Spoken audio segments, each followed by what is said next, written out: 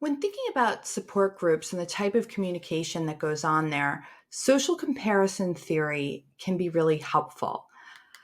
Social comparison theory posits that people make assessments about their own health and coping mechanisms by comparing themselves to others in their social networks.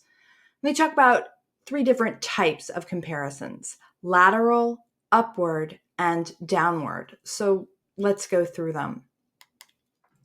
In lateral comparisons, people are making comparisons against those who they think of as at a similar level of coping. So when you look at other people who you think are similar, um, it can make you feel good. It can normalize what you're going through. Oh, we're kind of all coping in the same way. So I don't feel so bad about myself.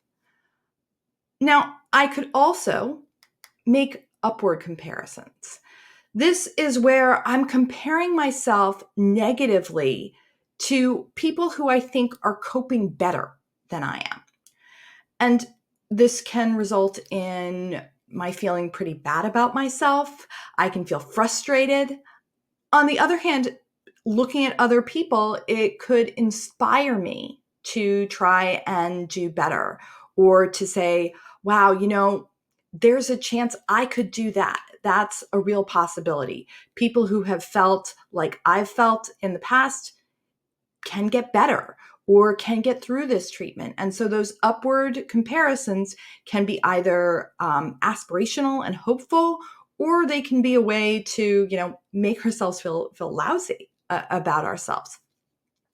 The last type that we can talk about is downward comparison.